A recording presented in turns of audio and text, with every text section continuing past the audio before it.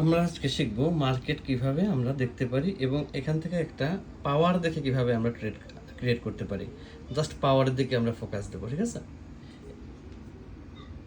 পাওয়ারটার দিকে আমরা আজকে ফোকাস দেওয়ার চেষ্টা করব।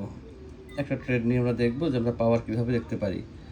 আচ্ছা, আমরা একটা বিডিটিতে যাই।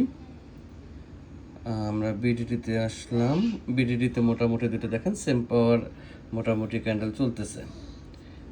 যদিও ফুলফিল সেম পাওয়ার বলা চলে না, কিন্তু আরেকটু সেম পাওয়ার হলে এই জায়গাটুকু যদি ফিল আপ করতো তাহলে কিন্তু মার্কেট এই রেটটা অনেক বড় হতো, কিন্তু জায়গাটা যেহেতু ফিল আপ করে নেয়।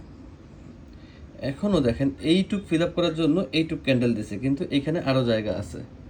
ক্যান্ডেলটা যদি একটু গ্রিন হওয়ার চেষ্টা করে তখন কিন্তু আমাদের জন্য একটু পজিটিভ হবে।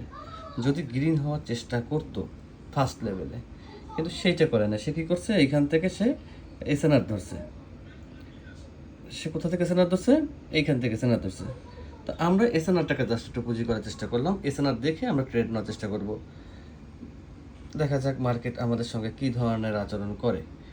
কারণ যদি এই রকমের এই জায়গাটুকু ফিল আপ করতো তাহলে এখান থেকে রেটটা আরও বড় আসতো, যেহেতু আসতে পারে না। তো সেহেতু আমরা একটু চেষ্টা করতেই পারি ট্রেড নিয়ে যে মার্কেট কী ধরনের অবস্থা করে। তো দেখা যাচ্ছে মার্কেট আশা করি উপরে উঠে গেছে, কারণ মার্কেট এসএনআরকে ফোকাস করছে। এসএনআরকে হিসেবে মার্কেট দেখছে যে হ্যাঁ, এসএনআর মোটামুটি ভালো পাওয়ার আছে, মার্কেট উপরে উঠে গেছে। দেখেন, শুধুমাত্র এই জায়গাটুকু সে ফিল আপ করে নেয়। এই ক্যান্ডেলটা যদি একটু এই পরিমাণ বড় ক্যান্ডেল হতো, এটা হচ্ছে ইউএসডি বিডিটির মার্কেট, তাহলে কিন্তু মার্কেটের রেটটা পুরো আসলো। যদিও সেম পাওয়ার হলে নেক্সট ক্যান্ডেলটা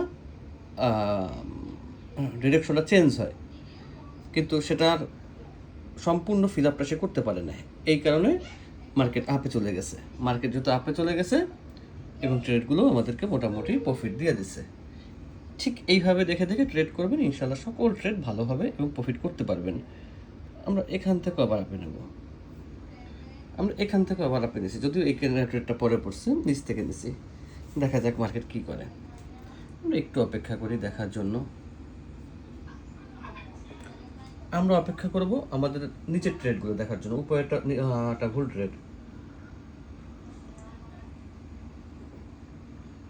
দেখতেই পাচ্ছেন মার্কেট কিন্তু আপে চলে গেছে। তো আপনি যদি মার্কেটটা বুঝে এরকম 6, 7, 8টা ট্রেড করেন, তাহলে কিন্তু আপনাকে সারাদিন ট্রেড করার কোনো প্রয়োজন হয় না।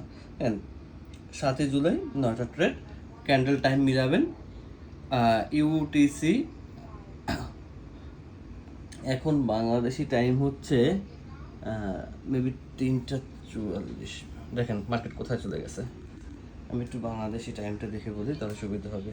4টা 44-এর ক্যান্ডেল চলতেছে। এটা কেন বললাম? যেন আপনি মার্কেট মিলাতে পারেন। মার্কেট কিভাবে আমরা বুঝতে পারি, এইটা হচ্ছে আমাদের মেইন। তো আশা করি সবাই পারবেন যদি একটু বুঝে শুনে তারপরে ট্রেড করেন। এখানে আহামরি কিছু না, শুধুমাত্র আপনাকে মার্কেটের ক্যান্ডেলের ভাষাগুলো বুঝতে হবে, ক্যান্ডেলের পাওয়ারগুলো বুঝতে হবে। এগুলো বুঝলে সবাই পারবে ইনশাল্লাহ। মার্কেট দেখেন একটা বড় ক্যান্ডেল দিছে, এই ক্যান্ডেলের মধ্যে আর কোনো পাওয়ার আছে? আমি এখান থেকে ডাউনে নেব। কেন নেব? কারণ এই ক্যান্ডেলটা দেখেন, এই ক্যান্ডেলটার মধ্যে কোনো উইক সে দেয় নাই এবং সে একটা বড় পাওয়ারফুল ক্যান্ডেল দিছে। তার মানে তার যতটুকু শক্তি ছিল সে ততটুকু শক্তি এখানে ব্যয় করছে। লজিক দিয়ে মার্কেট বুঝবেন, আবেগ দিয়ে না। তার যতটুকু শক্তি ছিল সে কিন্তু ব্যয় করছে। সে এখানে কোনো উইক দিছে? দেয় নাই। এখানে কোনো উইক দিছে? দেয় নাই। তার হাতে আর শক্তি মার্কেটের নাই। যদি শক্তি থাকতো সে এই শক্তিটাকে ব্যবহার করতো, কিন্তু তার হাতে শক্তি নেই। তো সে শক্তি নেই, তো সেহেতু আমি এখানে ইউজ করতেই পারি। দেখা যাক মার্কেট আমাদের সঙ্গে কী আচরণ করে। তাহলে মোটামুটি আমার 16টা ট্রেড কমপ্লিট হবে। দেখা যাক।